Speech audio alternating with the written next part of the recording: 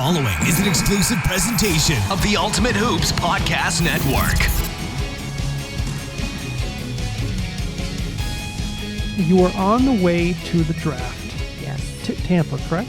Tampa Bay, Florida, yes. Okay, and you said, gosh, this was a month ago now, Yeah. at least, that you weren't excited. No. What were you? I felt like I was driving to my funeral. I felt like it was over. And you know what? I had a very strong understanding. Even though I didn't know what was going to happen in the WNBA, I had no idea what the WNBA was. I still had a strong feeling that it was not going to be like, okay, everybody was riding this wave, right? There was this huge emotion concerning Stanford. Myself, I had won the Wade Trophy. I had beat out Candice Parker in getting the Wade Trophy, which shocked even me. And everyone just kind of was just building off of that, thinking, oh, this is going to be great. And I had a feeling that there were so many parts of my success at Stanford that had absolutely everything to do with my teammates and my coaches that I just felt like it wasn't going to be the same experience in the WNBA. I just knew that. I didn't know exactly what that was going to look like or what the experience was going to be, but I just knew it wasn't going to be that. So I had a feeling that I wasn't going to be as successful as I think people thought I was. Okay, so the top of the... Okay, so... You know, I don't know the answer to this question because I've never been drafted and I don't know anybody who has, I guess, until now. Where are you sitting? Are you in the crowd? Are you like, is there a green room? I mean, I've seen what they do for the NFL draft and the NBA draft, but I don't know what they do for the WNBA draft. Please let our listeners know. Well, it's a lot different now. I think just in general, like the social media, there was Twitter, but it was at its very early stages. Facebook was very early in its stages of development. This is 2008. So there wasn't, you didn't really have this inside look. There was no Vine or any way to experience it. So I think that it's definitely gotten, in all professions, has gotten a lot more, sexier in how they present it. So at this time, it was held place after where the NCAA tournament, the finals were. So it was in Tampa Bay. Now it's done in Connecticut, I believe, at the studio, at the ESPN studios. But so yeah, we had a backstage room. Only about 30 players or so were brought in that they thought they were going to be drafted in the first 3 rounds, and they had people doing our hair and makeup. And so we got there early. We got our hair and makeup done. And then they had us all take a picture, like a photo of the class, the whole draft class, in front of the, stage or whatever. And then after that, we just took our seats. So I was seated at a table. They seated everyone, had their particular tables, assignments or whatever. And at my table, Tara Vanderveer was there and my grandmother. My mom was supposed to be there. She was running late. And my high school coach, they were running late in Tampa. And then my sister, my big sister, was there. And my uncle, Daryl, was also there, but he was with my mother and my coach, so they got there a little bit late. So they actually missed me getting drafted, but Tara was there, my grandmother, and my sister, Cassandra. So yeah, we were just sitting at a table pretty close to the stage.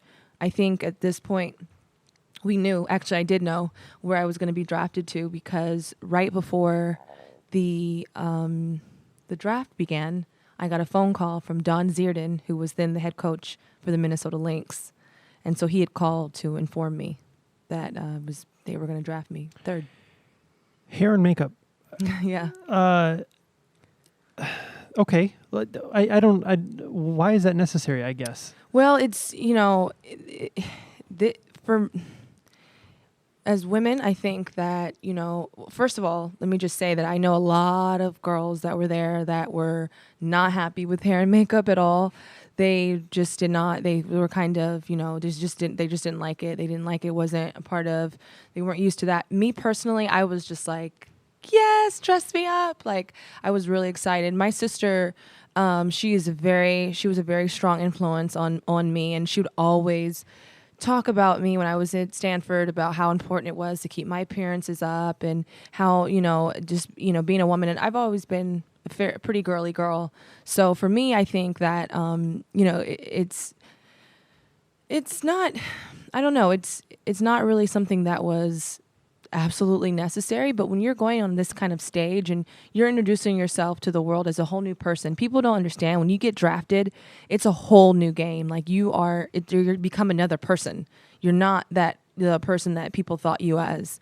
And it's just such a simple little step, but it's huge. So I think you want to put your best face forward.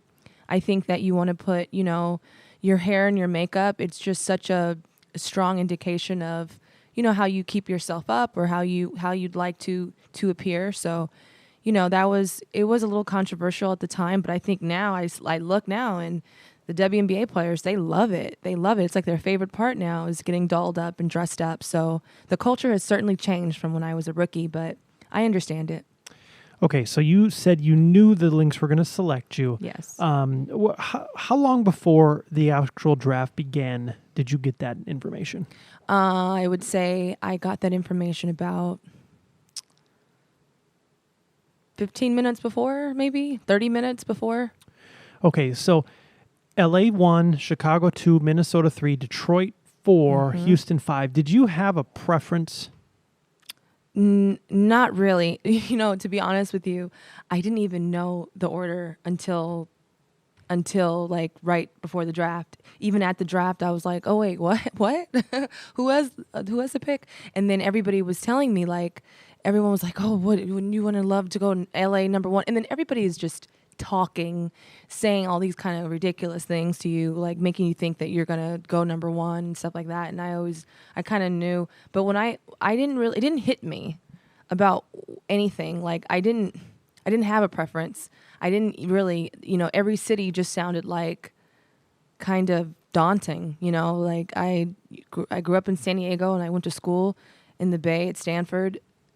That was like all I wanted in my life. Like I just, I guess Sacramento would have been a little like the least scariest city, but everything just seemed really scary. And then when I got the call from Don Zierden, it really dawned on me and I was like, wait, I'm going, well, what? And then it just became real. So then I had to think about Minnesota. So you played in what was the Pac-10 at the time, Yes. I guess. Had you been to Minnesota?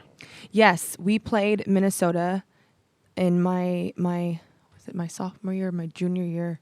I think it was the year after Lindsay Whalen graduated. So I guess it would be 2005, 2006, that season. I'm pretty sure it was like early 2006. We went to Minnesota at the university and played them. And it was bitter cold and it was a bitter loss.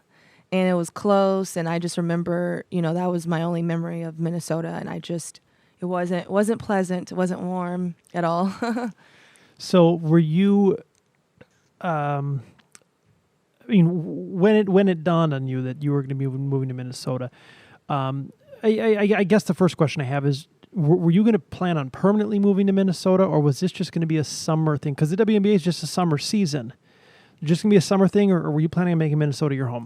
Absolutely a summer thing. And because it's just like you said, and also I was aware of how the process is with women's basketball. You don't stay anywhere for a long period of time because there's overseas. And I was planning on playing overseas. So I just knew I had no idea when was the next time I was going to be able to go to San Diego again, or when I was going to be able to settle down, period, because I was moving so fast. So no, I had no intentions on settling down to Minnesota. And right after the draft happened, we were flown. The Lynx flew us out, me and Nikki and Asiki. They flew us out to Minnesota, and I'll never forget. It was just like a whirlwind of all these interviews and just reintroducing us to the market. And I think they really wanted to capitalize because we played Tennessee in the Final Four, so they really wanted to capitalize on everybody really knowing who we were at the time. And we were waiting outside the car early in the morning and waiting to do an interview. And I just look up in the sky and I'm like, what is that? It was snow started trickling down. And it was April.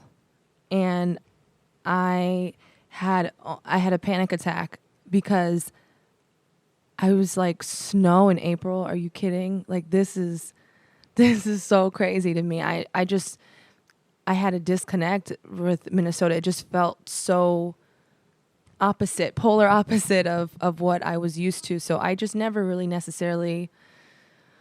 I knew it was gonna take a long time for me to understand and become familiar with this enough that I could call it home.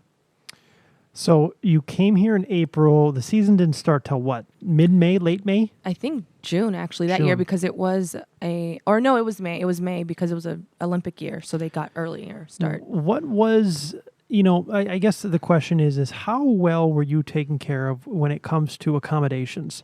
Because you've got this month and a half practice, I'm assuming hasn't started yet. I can picture how, let's say, Andrew Wiggins is treated when he gets drafted by the Timberwolves. I can only imagine Karl Anthony Towns, Zach LaVine, those guys.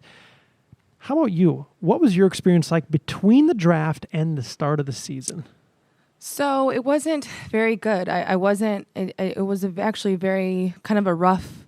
It was rough for me in many ways and for many reasons. But I would say that, first of all, right after the draft was done, I went to Stanford and had to say goodbye to that life, which was really tough because I was at a point where all of my closest friends, my best friends, the people that meant so much to me, now I'm totally isolated because they're still in school. They're still finishing. They're still in that life of innocence and all those things, and just, getting ready for their next life too, but just kind of all together. And now in the course of 1 week, I am completely alienated. Like they can't relate to anything that has happened to me. My whole life has changed in the span of a week, and yet they are just still doing what they were doing. So that was really tough.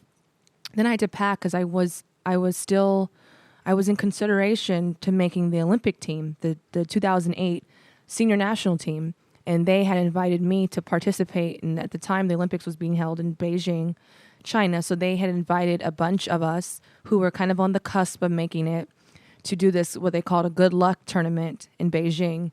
And so this was my huge opportunity. So really, I had to turn off, obviously turn off Stanford. I had to turn off the WNBA even and focus on USA basketball, because that has been my dream, my goal.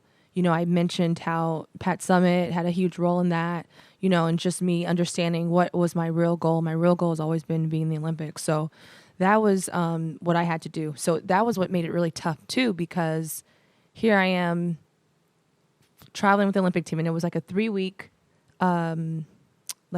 training camp. And then we went to Beijing for about a week and a half, 2 weeks to play in this tournament. And then I flew back from Beijing to Minnesota.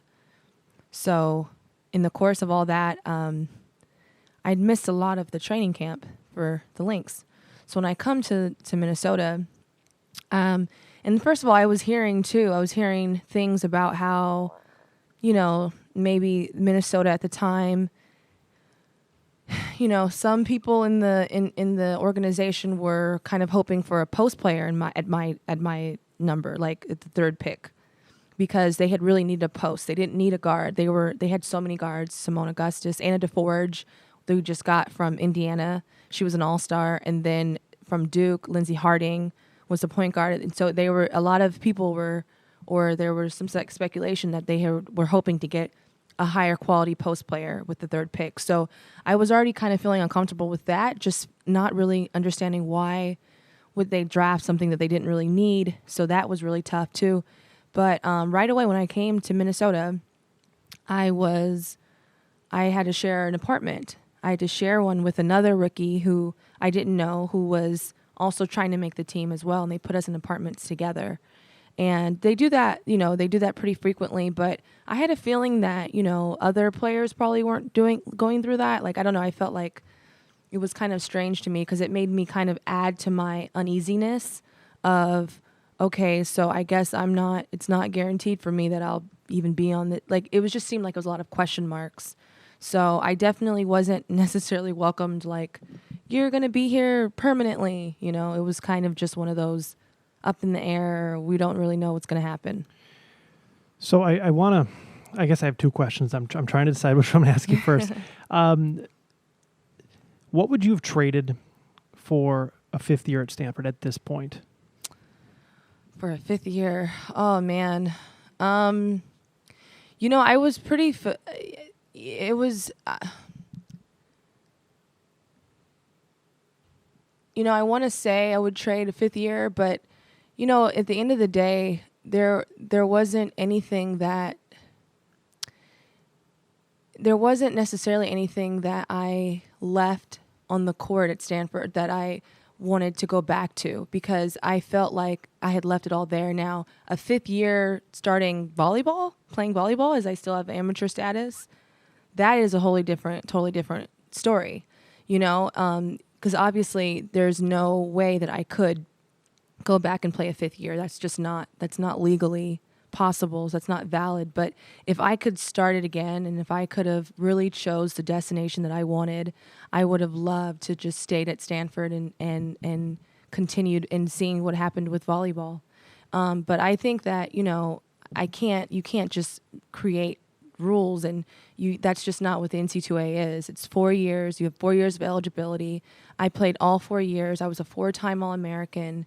There wasn't necessarily anything that there's no sensible thinking that was going to happen for me. But I would have loved to have been able to choose a different path, but it just, at that point, I was on the thing that was really pushing me forward with basketball was that nagging, I want to be an Olympian. Like, that was what was driving me. It wasn't even really playing in the WNBA. I just felt like the WNBA was one of those things that would get me to the Olympics. So that's really what was pushing it, and I was holding on to that hope and those dreams. And I think that's what I was really playing basketball for. And I was thinking WNBA, especially at this point, early on my career, I'm thinking, okay, it's 2008. If I do amazing in the WNBA, I'm going to really set myself up to be on this team that I know I deserve to be on. Are you one of the 99% of basketball players who never played professional basketball? Are you tired of trying to live your hoop dreams in the same old rec basketball leagues? At Ultimate Hoops, we believe that all basketball players should be treated like a professional. And with Ultimate Hoops League, we have completely revolutionized recreational basketball.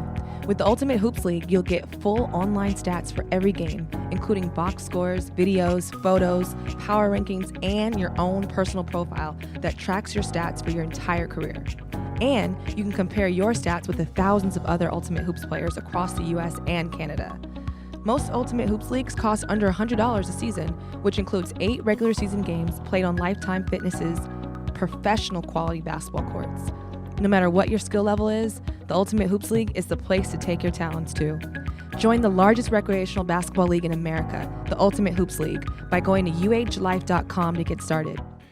Talk about your contract. I think you had mentioned before how did you sign it on the night of the draft? No, we didn't sign on the night of the draft. I believe when we got there, it's hard to remember, but they tried to, it was really rushed, and they tried to, let us know about the details of the contract, but we were pretty much like rushed into signing it. It was just like a very quick, I'm not sure exactly when the date was, but it was around maybe in training camp period of time. And so it was very quick. And you weren't allowed to negotiate, correct? No. Well, no, you weren't. Well, that's the thing. We weren't really given any information about it. I had heard stories about players having been able to negotiate.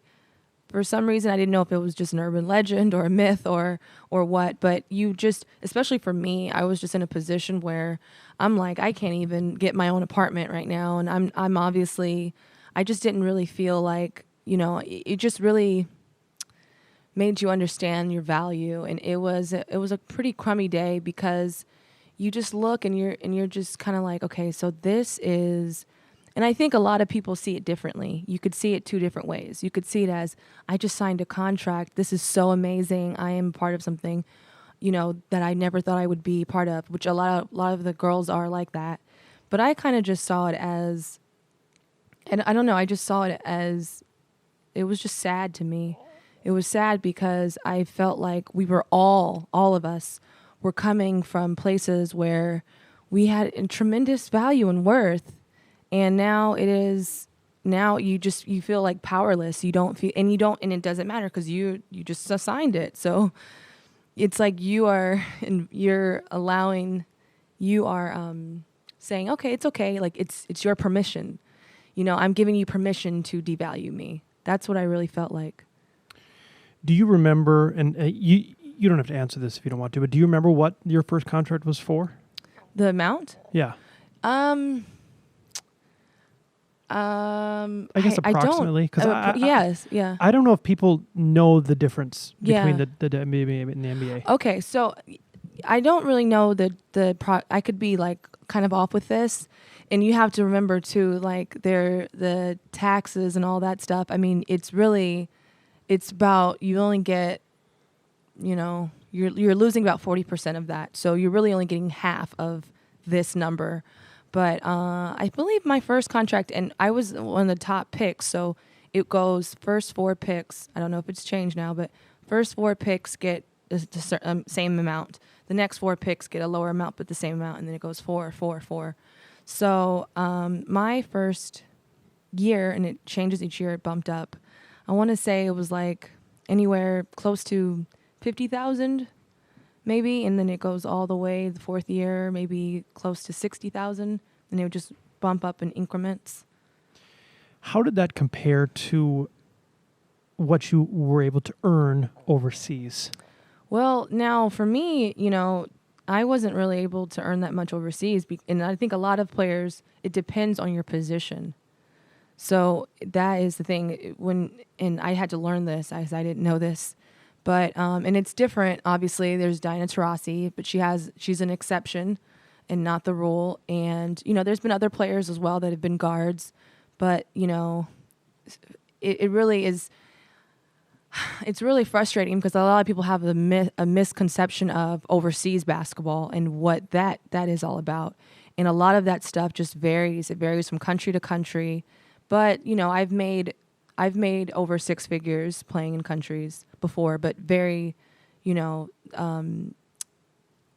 low 6 figures in one season. So, I mean, that isn't really, and there's, it's a different tax situation. So I guess that makes it a little bit different. But really, I would say players like Candice Parker, Sylvia Fowles, I mean, they've been able to make tremendously more because when you think about overseas and you think about, this actually goes for men as well when they play overseas too. My brother, Alan, he's 6'9", left-handed, athletic. He's going to be able to play till he's 40 years old because he's tall. He's good at being tall. And a lot of times in other overseas countries, they're lacking height. They lack the big bodies and the physical bodies that we have in America. So they really value and shell out money for those type of players that they don't have. But whereas, the guards, it's a lot more competitive in that regard. I was still able to maintain that I had a lot of value, obviously, but it wasn't really the same kind of comparison that I think you can make with other certain players. You talk about being devalued as a professional athlete, which to me just seems so foreign. How else did you feel devalued? Well, definitely public perception. You feel like, so now you're in a place, and this was really hard for me as someone coming from a school like Stanford where everything is so private and everything is so, I call it a petri dish, everything, and in a good way too. You'd go down and everybody just stayed to themselves. You would see Tiger Woods, or you would see, Stanford's the kind of place where Beyonce would walk and no one would bother her. Everyone would be like, oh, okay, that's Beyonce. That's great.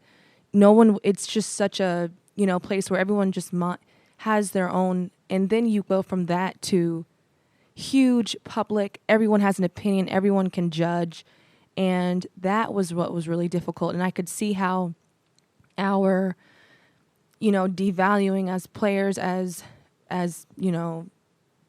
products, helped fuel the conversation of public opinion feeling this way, or this is, and everyone just had, I just couldn't believe it. I couldn't believe that nobody even thought to know, when people would say things about the WNBA or say things about individual players, and it was like, talent didn't matter. It just felt like we were just cheap for a cheap laugh or a cheap whatever. And it just kind of infiltrates your whole life, even though there's this respect and there's this prestige with WNBA. I mean, you say that, everyone knows what it is, but then it's like everyone also knows, you know, that we don't have any value. So it just was really tough, I think, from that standpoint of just how you were just treated by everybody. Thank you for listening to the latest episode of Candid with Candice Wiggins. Remember, you can subscribe to the Ultimate Hoops Podcast Network on iTunes, Stitcher, and SoundCloud, and listen and download other podcasts like The Wild Card with Luke Hanlon, Recreation Nation with Reed Nelson, The Dream League Insider, and the Short Corner Podcast. Thanks to Ultimate Hoops and Lifetime Fitness, who made this all possible. If you want to learn more about Ultimate Hoops and all of our basketball products, go to uhlife.com. We'll be back next week with an all-new episode of Candid with Candice Wiggins.